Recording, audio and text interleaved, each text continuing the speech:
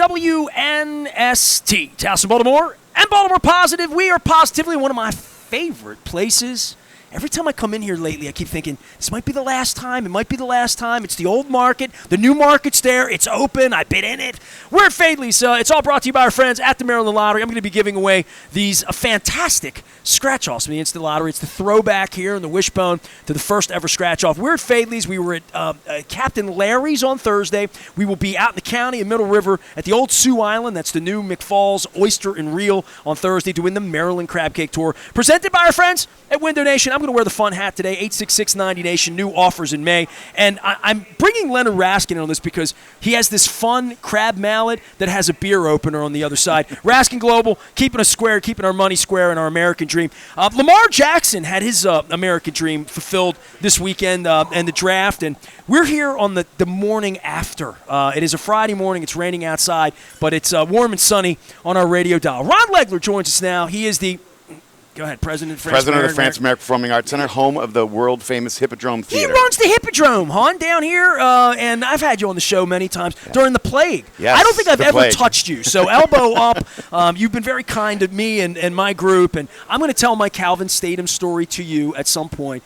But in the interim, you're here. Damie's off camera. She's going to be here talking about catfish and probably bringing me fried oysters before it's all over because, I'm in the mood and I'm in the right place. I thought we were going to talk Hippodrome. I thought we were going to talk Hadestown and whether I liked or didn't like the latest shows. And I've been to Hippodrome 2 or 3 times. My Fair Lady, I was there. And you're like a regular now, dude. You don't have any. You got the other. You got Vince's theater. Everyman Theater. We got Downtown Partnership. We got the Downtown Bromo Arts District. We've got the Shakespeare Center. I mean, honestly, you sure you don't want to talk about the subscriptions that I just got the email for? There's nowhere in the world that you can walk 8 blocks and see the kind of cultural systems that are in place in Baltimore City. Nowhere in the world. We've got Broadway, Shakespeare, plays, concerts. The new arena is just gorgeous. Like, we're welcoming thousands, tens of thousands of people in 10-block radius of our city. Friday night, fortunately for me, woke up in Maui, okay? So I was away for 10 days, and I was away. The Orioles didn't lose while I was gone, so it forced me to do radio while I was gone, which is great. Good problem to have. But on Friday, about 2 in the afternoon, maybe 1 in the afternoon, while I'm on the beach, right? It's beautiful out. I look down, and I'm like, people were pre-gaming for Chicago. People were coming to you. People were going to the Oriole game, and Adam Sandler was at the CFG Bank Arena. And I thought to myself, I lived downtown for 20 years. I thought, that's why I moved downtown in 2003. No offense to the money I lost selling the place. We've gone through all that 19 years later. But when I moved downtown, those were our options. Our options were, there's a show here and a game there and a relevant baseball team, and the harbor's open, and we can go to dinner here, or we can go stroll there, or we can go over to Fells Point. That felt to me from 8,000 miles away, an ocean away. I looked down and I thought, I probably would have gone to Chicago tonight, although my son went to Adam Sandler. I wore my Chicago belt buckle for you today, my Pacifica belt buckle. So, and the Orioles are always the Orioles, right? Yeah. The city is coming back, and I keep telling people, and they're like, well, you left it. And I'm like, I'm here 2 days in a row. I'm here 3-4 days a week. You're here all the time, and for anybody down here with a business, and I wanted to talk Hippodrome and theater and all that with you, and you really want to talk about downtown because all this affects you. Yeah, we are the neighborhood. Like, we're not going anywhere. Just like Fadley's doesn't go anywhere, we're not going anywhere. Yeah, they're moving 20 steps down the road, but I'm going to tell you, the future in downtown Baltimore is spectacular. We have champions in the city. I've seen more in the last 3 years than I've seen in any time that I've been here, almost 10 years. Where are you from? Orlando, Florida, originally from Erie, Pennsylvania. You traded up here. I had an ex-girlfriend from Erie. I've been to Erie. For you with Baltimore and falling in love with it, and I actually talked to Mara yesterday over at Captain Larry's in Ford Avenue, because to me, she's been in Baltimore 17 years. I thought she was she's from Rockville. Yeah. You know what I mean? And I'm thinking, how did somebody from Rockville fall in love with South Baltimore, And I think there's a charm here that is lost on me in the same way people in Maui are like, it's just a rock with mountains and blue water. We live here.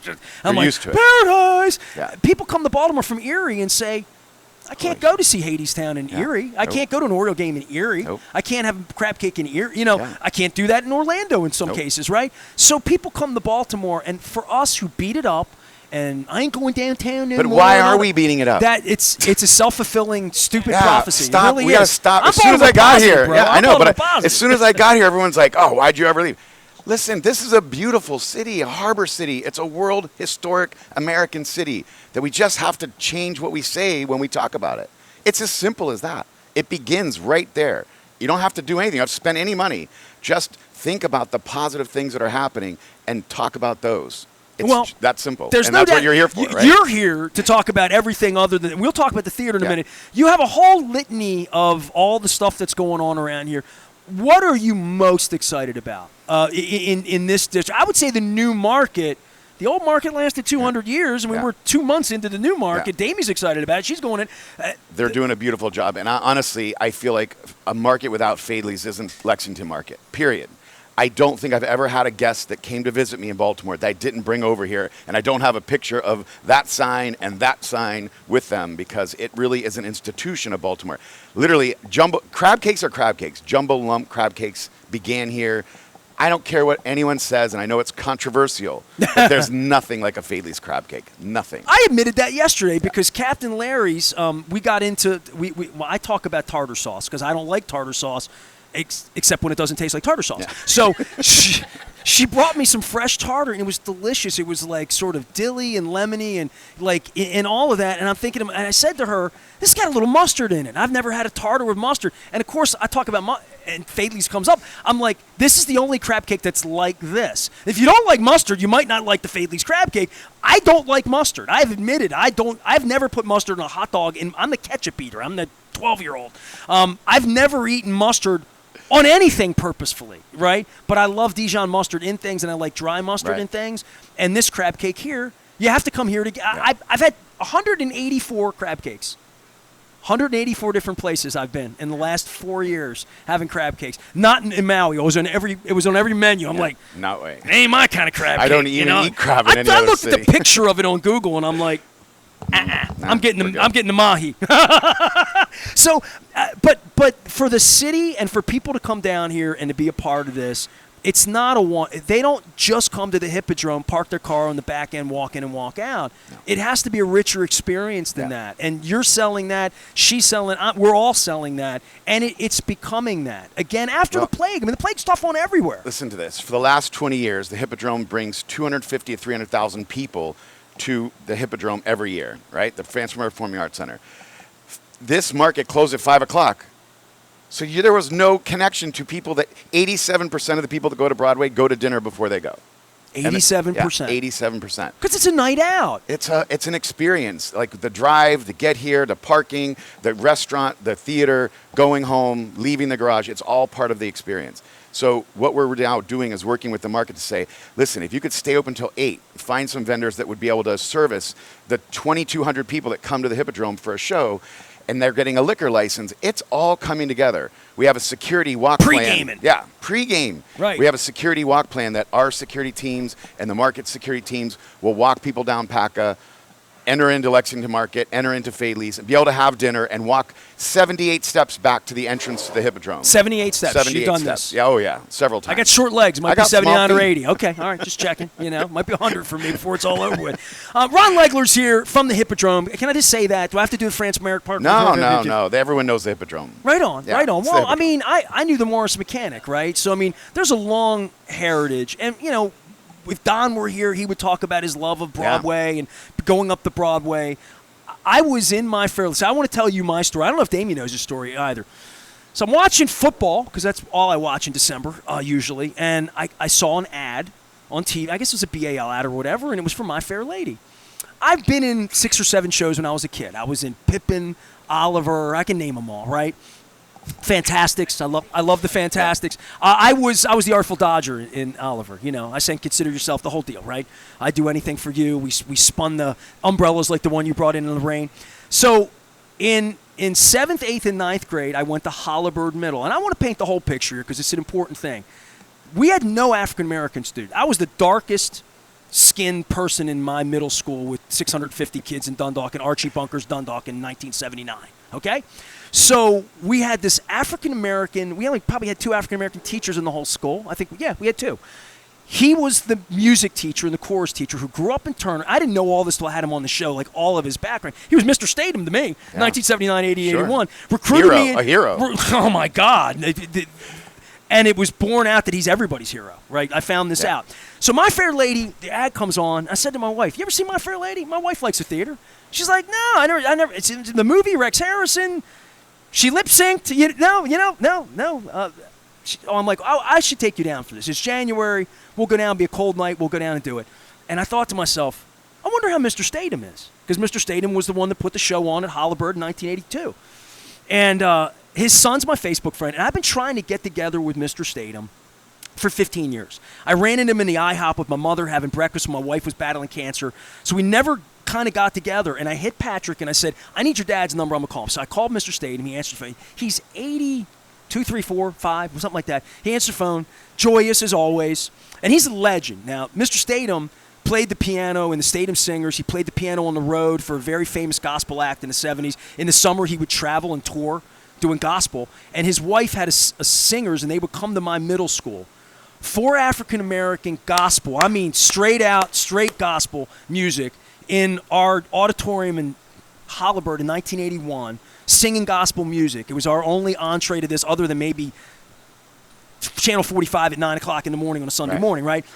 And 40 years later, I've never really known him as an adult.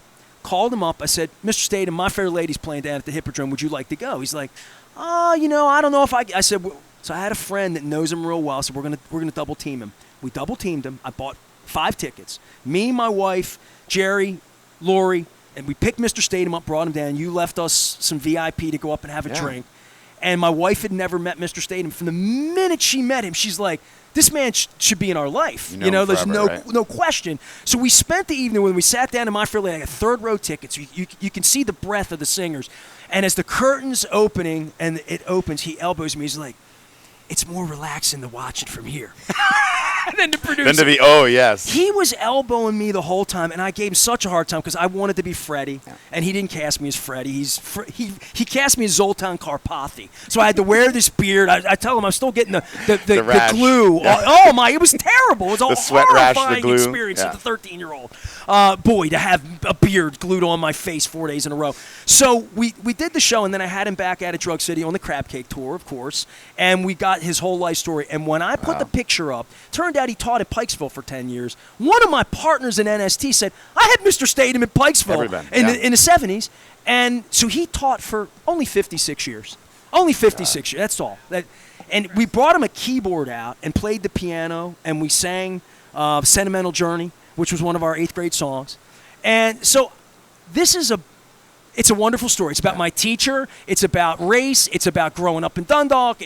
It's really about how theater brings people together. That's it. And Broadway brings people together. Absolutely. And it had me reach to a man I love, who everyone loves, and we love him because he was an incredible taskmaster at making sure that what went on that stage had ready. your pride and our pride in it. Yeah. And I've taken that. I'm on stage every day, right? You take that for a lifetime with you. Special people are involved in the theater. I guess that's what I wanted to say to you. Yeah, it's without the truth. crying. No, honestly, like we do free camps every summer. Kids are terrified. They come in, they're crying, they go to the bathroom, they stay in there for an hour. By the end of that camp week, they're on stage singing, dancing, learning all the songs that are coming. They're all together. They're helping each other. They're throwing lines to each other. It is a teamwork. It's a teamwork. That's something that you feel it when you're at the theater and you see professionals working together. It's like seeing a band come together, right? And I played baseball, football. I played team sports. It's an ultimate team sport. It really is. And, it takes you out of your comfort zone, which is just a good life skill to have, to be able to speak in front of an audience, to be able to have confidence. It builds a lot of different characters in people. And I think anytime you can see a live experience, you're in a room with 2,200 people, you're sharing the same exact thing, all of you together. It brings community together. It really is transformational. And, I'm so proud because the Hippodrome has been around for 11 decades. And, there's a lot of weight on my shoulder as the person who has to take care of that beautiful building. But I do it with pride. And I tell people all the time, I was like, in these 4 walls, whatever happens outside, it doesn't matter. When they come in, you give them the experience they'll never have anywhere else. And, everyone else says the Hippodrome's a bright light in a maybe dark city. And I just said, we'll continue to be that. We will always be that for this community. And, our thing is everyone is always welcome.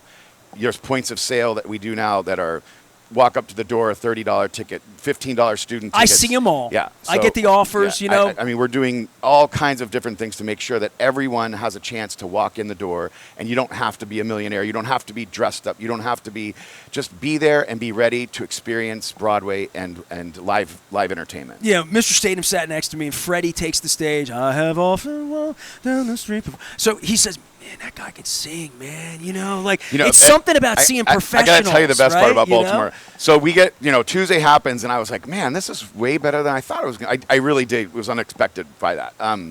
And everyone's like, I couldn't understand Eliza in the beginning. Like, I couldn't understand. I was like, my wife said that too. That's the whole point. She has such a British brogue Cockney. that you don't. You're not supposed to understand her. Like, I looked her up in the thing and saw she was from Oklahoma. I looked up her. I'm a playbill reader. It was really funny because I was like, well, that's kind of the point of the story, is that they take someone who they thought had zero chance, and they invested in her, and they made her something spectacular. And then at the end, she showed that you can't take that away from me. I already have it now. And that's what education does, right? Oh, absolutely. So it's something no one can ever take away from you. That's why I always say, like, the more you can learn, the more you can experience, the better off your life's going to be, because that's one thing. They can take your mortgage and your car and everything else.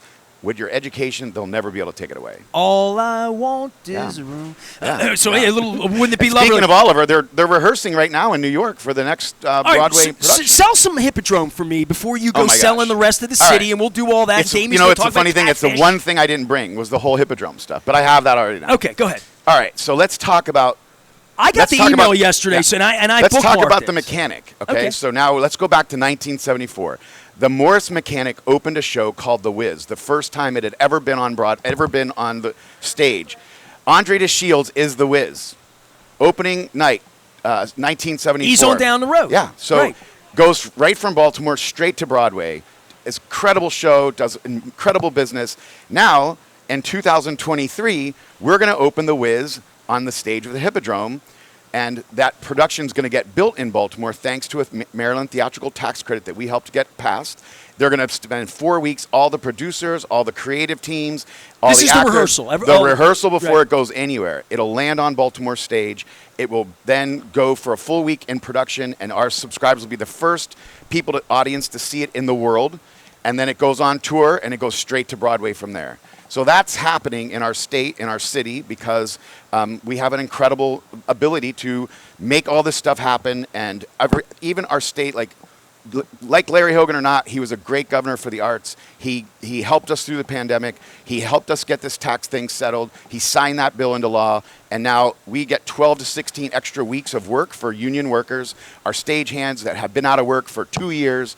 It's a shot in the arm that we needed, and I'm so excited. So that's coming in the fall of this year. We have the national launch of Peter Pan, brand new production, gorgeous. It's going to be Peter going to fly through the Hippodrome? Oh, they're going to spend a week just teaching them how to fly through the Hippodrome. So yes, that's absolutely going to happen. The energy that's happening. Spring Hill Suites just opened right across. That bank building sat vacant for years and years and years. The saddest thing you've ever seen, right? The ceiling had collapsed, just like the Hippodrome. The ceiling collapsed. The foundation got ruined. They invested a ton of money. It's a beautiful hotel. Stunning. Literally one street across from the Hippodrome. So that is fantastic. The cast have been staying there. They enjoy it. They're going to the market. They're getting breakfast. They're getting coffee. They're going to lunch there. They're coming back to the stage door. They're like, this is amazing. Where do you get this? Like, amazing. Amazing experience. So that's another great thing. Lexington Market being rebuilt. The energy, the excitement. I know that Faley's has fought for a lot of those vendors that are there. They're building a beautiful new home. I got to tell you, it's changing. And we got to stop talking poorly about it. Because people like Shalonda Stokes have put her life into making this different. I'm telling you, if there was ever a superwoman of this city, Shalonda Stokes is it. There's not one time. I was so stressed when Chris Rock came and Netflix is like trying to film the streets, and it was a windy day, and in Baltimore that means that the garbage could fall over and go out. She had teams of people cleaning and street cleaners, and they worked around the clock. Security checking in on us every day now. They walk down, the University of Maryland police knock on the door. Is everything good? You guys checking in. Like neighborhood police officers walking the streets. That's what it's supposed to be. University of Maryland has a new program right on Utah Street, the Phoenix program. They have taken 150 people off the 5-block radius of where the Hippodrome is to say, hey, do you need a job? Do you need a driver's license? Do you need a social security card? It's not about, hey, get off the street. It's about, hey, what can we do to help you make a better life in our city?